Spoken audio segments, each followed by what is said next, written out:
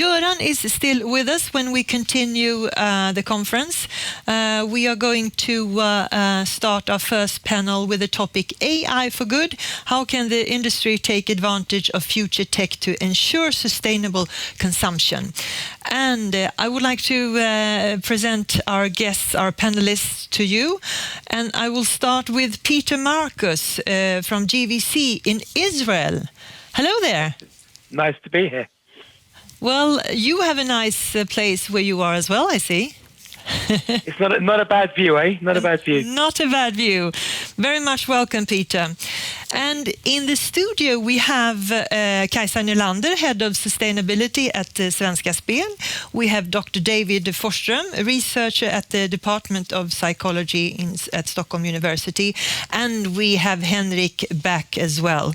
Now, with this introduction and with Göran and Peter in place, I think we have various perspectives represented in the panel. We have the AI expert, we have the Doctor of Psychology, the legal and the business perspective. I would like to start with you, David, actually. What are your reflections, thinking both of Göran's and Simon's speeches here? Well, I was reminded about the AI flywheel and the sort of exponential effect of combining data and AI, and also the potential sort of risks and benefits with that. And I believe that when you start to nudge people and try to change their behavior, there are ethical aspects that you need to be reminded of, both online and otherwise when you try to change behavior. So that was my sort of initial outlook on the presentations. And Kajsa, shortly? I actually had similar reflections because there are a lot of possibilities with AI for us, both from a responsibility perspective, but the same data that we use to care for our clients can be used in a different way as well. And this is the tricky one. Yeah. David, as a leading psychologist and researcher on gambling-related behavior, do you believe that the use of data and AI can improve our ability to detect and intervene before a player develops a severe problem? Absolutely. I mean, for me, it's about two types of learning. The first one is using AI and to look at the interaction between gambling and gambling data and the use of RD or responsible gambling measures such as limit setting. So if you can combine these two streams of data, you could find harmful trajectories early on. You could see what groups will benefit from, for example, limit setting or self-exclusion, and you can find other groups that might need a more invasive intervention, such as emails or messages at the website. Or if you want to combine AI and RD, you could use chatbots, for example. And I think this augmentation will lead to good interventions and early detection. But I also think that there's a need for what Bruce Springsteen sings about, a little bit of human touch. So you cannot lose sort of the human-to-human interaction, and perhaps using phone calls and regular sort of letters that you post to be able to change behavior among gamblers. And studies have shown that that is an effective way as well. And Peter, you're nodding your head. Why? I think it's exactly right. I mean, at first, I'd say that we have started using AI in the same way we use it for marketing in safer gambling, particularly in trying to predict customers that are going too far, begin to show the signs of getting into trouble. But I totally agree. AI is just one part. It's the indicator of there could be a problem. Then you have to look at, well, how do you interact with them? And again, as we do in marketing, you don't just send emails to customers and expect them to come and spend money with you. You shouldn't do the same thing with responsible gaming. You need to actually get the right message to the right customer at the right time and the right level. And that's about using emails and on-site communications. We, for example, have just introduced interceptors, where you're interrupted during your play and you're asked, are you okay? Would you like to go to specific gambling control? We're using AI to actually say, this customer is showing signs of this issue, pushing to this gambling control. We've introduced new gambling controls to assist with that. But I totally agree. There are times when you should be speaking to a customer. There are times when emails, interceptors, asking them, begging them, requesting them, is not enough. There are times we should be speaking to them and then taking action on behalf of the customer. If they don't want action taken, we'll take it for them. So there's a whole plethora, and AI is there to help you as a tool to make that happen. And it's not the only thing. Kajsa, people calling the player, what a good idea. Is that implemented? Yeah. Yeah, we make thousands of phone calls every year, actually. So we combine the information that we have. When we get a sign that a player is experiencing negative consequences from gambling, we contact them by phone. And this is actually very appreciated by our clients too, even the ones who don't think that they need to change their behavior, just because we took the time to contact them. And we also, this is both appreciated by the clients, but it's also very valuable for us, because we use this information that we get from the phone calls, like first-hand information from our clients, to improve our measurements and our technology also. So you would say that you have embraced this, that you do the gambling more safer. What kind of possibilities do you see further on with AI? Remembering Göran's quote here that we don't even understand yet the possibilities of AI, if you see the positive thing on this. Henrik?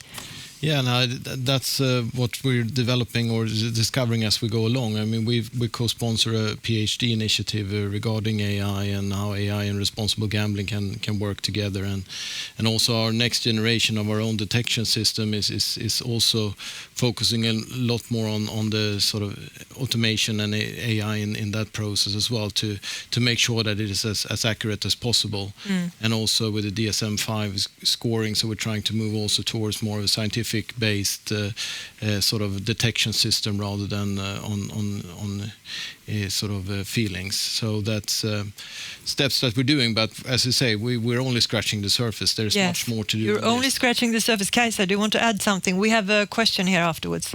That's just, I mean, what we look at is how to become more proactive and how to make the predictions on an early stage, to know how we can follow each individual's journey in a way and see what is needed for that person at a specific time. So.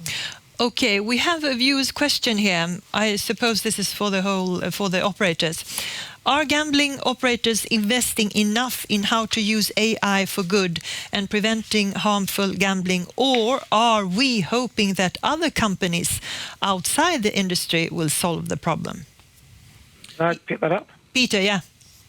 And I think us, along with Kindred, are very lucky. We've got multiple different countries who look at different places. It's a mixture of both. We also work with people at Harvard to look at the scientific side of it and the academic side of it. There are companies that are coming up constantly now looking at some really clever AI around gaming models and how people play spins and what they do and what they touch and what bonus rounds they go for, etc. But on the other hand, I would say we spend at least 40 to 50% of our resource time BI and AI looking at safer gambling. And that's a bit of a shock to most people. They think we're looking at how to get more money out of customers. I don't think any of us want any customer who's got a problem gambling with us. We want people to enjoy entertainment of gambling. So we spend a massive amount of time, but it's a mixture between the two. It's taking external companies that have really good stuff.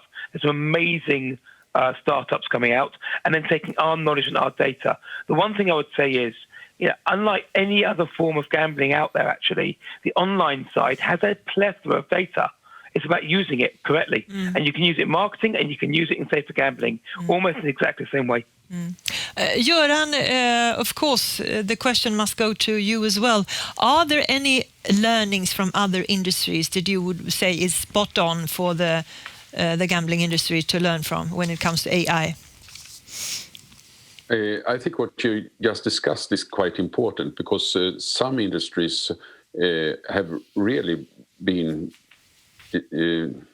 have a disruption in some industries, really from new AI-born companies. But from this discussion, I think the gambling industry itself will be a great part of this type of solutions. But I suppose, like, for example, as in insurance, there also will be new companies which are completely built upon new technology. But if you compare to, I mean, car manufacturers, they have a long legacy which is hard to change from. So I think the gambling industry, like, for example, banks and so on, have an easier journey compared to that to be part of what's happening. But I suppose it's happening quite fast, yes. Okay, a viewer's question for David. What do you see are the benefits in working with the industry? Well, for me as a researcher, and that's been discussed as well, the amount of data. I mean, The amount of data, of course. To understand how gamblers act. As I said, the combination between gambling data and RG, responsible gambling data, to be able to combine that is something that I can't do without the cooperation with the operator. So that's a key for me, and building projects that can really help gamblers is possible when working together with operators. It's hard to do that on your own. Of course. I'm curious, is the data changing in some way? I mean, are we talking about fast evolution here? Do the human mind change, or is it pretty much the same over the years? Or was that a stupid question? I don't know. A really difficult one. I think the key here is how we adopt and adapt to new technology. So our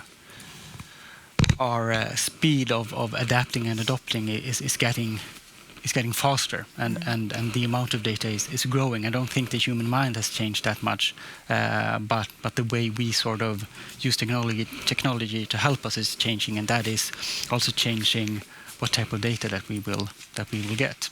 I have three words circulating in my head. It's adapt, adopt, and data. Yeah. After listening to you. Okay. Kajsa, I actually would like to ask you a question before we continue with the viewers here.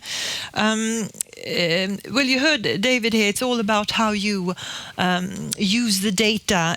How have you addressed these questions we are talking about? I mean, do you see any opportunity that you haven't worked with yet when it comes to AI? To prevent harmful gambling, of course. Probably yes. Probably yes. We're exploring it all the time, but we are developing. We are investing a lot in developing new tools for our clients, and to make them individual, so that we can actually give them the right tool for the right person at and the this right takes time. time, of Takes course. a lot of time, but we have a lot of data available. We just have to understand how to use all the data that we actually have also. We all sort of land in the same issue here, how to use the data properly. Yeah, but we also want to have more like real-time actions actually with our clients. Okay, viewers' question here again. Do you foresee artificial intelligence surpassing human intelligence in the coming years? And do you expect AI to start replacing human curiosity and inquisitiveness to lead new fields of research and discovery? Wow. Göran? My answer is no. Good. I mean, thank you. I mean, no, okay. Well, I actually don't see that the type of AI we have today, the type we use, will be really useful for what you're saying. But again, it will be very helpful for innovations, for getting ideas, for discussing ideas, and so on. But it's not the same as really coming up with these. We normally call that type of AI general AI in some way. And what we have, the most AI we have today is much more narrow, that we, for example, you can play chess or Go or whatever. But we as humans, when you leave this conference, you will maybe go home and make some food, or you will be with your children or whatever, and you get a lot of experience from one area to the other. And that's so hard for AI to get that type of experience. Do anyone have another opinion than no, as Göran answered? David? No, I agree. And I have my best ideas when I'm cooking, so I completely agree. Another thing is, by implementing AI for sustainability purposes, what immediate effect can we or would we see? I know this is a Göran question again, but if anyone else has any thoughts upon that. From my side, it is gaining insight that we haven't seen before, that shows people are gambling beyond their means or gambling in a bad way or wrong way. And I think that's the key to everything we do here. It's trying to gain that insight. We know how to deal with it once we see it. It's trying to see it in advance. The biggest challenge is you see it too late and they've blown up already. And if everything we can do to try and see the issues before they blow up, they really are very small issues. It's a bit like someone driving past a school. And if they're driving at 29 miles an hour, kilometers an hour, they're okay. But if they're also on the phone, it's not okay. And it's that intelligence to know that the phone's bad, even if the speed's okay, the phone's bad. Now, that's an easy example, but in gambling, that's really difficult to get there. So that the more we can get indicators of issues, the earlier on, the more we can then use our interventions to protect and help the customer. Göran, do you want to add something? No, I completely agree with that reasoning, yeah. We have obviously three operators in the panel today. I suppose it's difficult to know when a player signs up if he or she has a problematic behavior from another operator. Do you see any possibility to address this challenge in the future? We have already touched upon that, but can you give me more concrete answers to that? And Peter looks very... There's a big attempt in the UK to do just this. There's been a tech sprint by the UKGC to try and do single view of the customer. Germany right now in the 2021 proposed regulation is talking about having a central database. Now, also, I mean, our lawyer's not here, but there are some serious issues with GDPR, with human rights, etc. And I think the lawyers have to get over the problems before we get anywhere near those problems. You're playing with some very sensitive data. But look, I think there are external companies that look at this stuff. There are credit agencies that look at stuff. And it's not that different to how the loan industry works or the insurance industry works in the end. But what I would say is you don't want to take draconian measures. One of the biggest challenges that we face around the world is that regulators or governments, you're sitting in Sweden, I think you've got an example here, regulators or governments just take very simple solutions that aren't the solution to the problem. About 1.8% of customers show signs of problem gambling. That means that 98+% have shown no problems problem gambling. And what we can't be doing is interfering with their privacy, their freedom to enjoy the money that they have, the money that they've made, the money that's theirs to use in the way they want to use it. So I think this goes away from AI and goes into the area of privacy, player choice, etc. That's the area I would want government to concentrate on. Instead, unfortunately, what governments are doing is coming with the idea of doing central databases or doing draconian regulations that actually don't help gamblers at all and don't help problem gamblers at all. That's the biggest frustration many of us have right now. I think we have different frustrations depending on who you ask. Kajsa, do you want to comment on that? I mean, we are aware that our customers are not unique customers to us, and it makes it harder for us to perfect our predictions and to really, follow the gambling journey of our customers. But it just makes it more important for us to predict their behavior at an early phase, right when they sign up as customers, actually, to see what limits do they choose, for example, regarding time or money, and then to follow them and see if they make a lot of changes ahead. Because we are all for, transparency when it comes to sharing knowledge and tools and other kind of information, but not when it comes to personal data. Of course. It seems that prediction and AI goes hand in hand here, actually. We have a question here for Henrik. Should operators be more transparent about how they use technology to protect customers? Yeah, I think we can always be more transparent. I think we are, though, as we say, we're moving in the right direction and we're progressing with that, as we said, and it's a bit of a spoiler, but with the work that we've done with Safety as well, that we're going to talk about, or Chris is going to talk about soon, is exactly about the previous question, to trying to come up with a kind of a solution to that. But it is challenging with data as it comes. But we have, as I said, we are looking to become more transparent with our ambition to go to zero revenues from harmful gambling come 2023, and that I think is a key area, to be more transparent and dare to talk about the true numbers rather than the myths and some misconceptions being spread and standing unchallenged. So I think it's of course about what technology we use, but we're always using it for what we believe is the best for the customer. Thank you, Henrik. Now, this we are starting to sum up the panel here now, and my last question is actually to you all. What would you say remains to be done, and who should do it? Very easy question. Short answers, please. Let's start with David. I believe that you need to educate gamblers about responsible gambling. Who should do that?